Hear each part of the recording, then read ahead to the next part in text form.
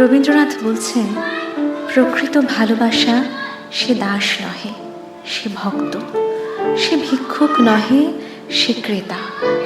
আদর্শ প্রণয়ী প্রকৃত সৌন্দর্যকে ভালোবাসেন, মহত্বকে ভালোবাসেন। তাহার হৃদয়ের মধ্যে যে আদর্শ ভাব জাগিতেছে, তাহারই প্রতিমাকে ভালোবাসেন।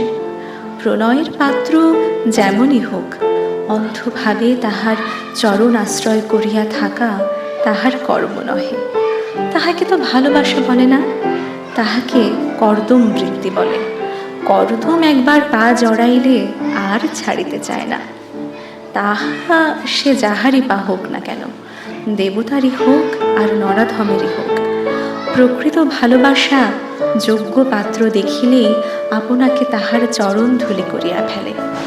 এই নিমিত্ত ধূলিবৃত্তি করাকেই অনেকে ভালোবাসা বলিয়া ভুল করেন। তাহারা জানেন না যে দাসের সহিত ভক্তের বাহ্য আচরণে অনেক সাদৃশ্য আছে বটে, কিন্তু একটি প্রধান প্রভেদ হচ্ছে, ভক্তের দাসত্বে স্বাধীনতা আছে, ভক্তের স্বাধীন দাসত্ব। তেমনি প্রকৃত প্রণয় স্বাধীন প্রণয়। সে দাসত্ব করে, কেননা দাসত্ব বিশেষের মহত্ব সে বুঝিয়াছে।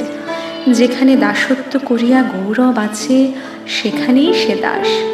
যেখানে হীনতা স্বীকার করাই মর্যাদা, সেখানেই সে হীন।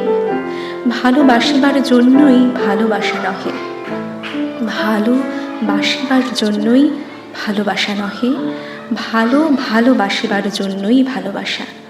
তা যদি না হয়, যদি ভালোবাসা হীনের কাছে হীন হইতে শিক্ষা দেয়, যদি অসৌন্দর্যের কাছে রুচিকে বদ্ধ করিয়া রাখে, তবে সে ভালোবাসা নিপাত যাক।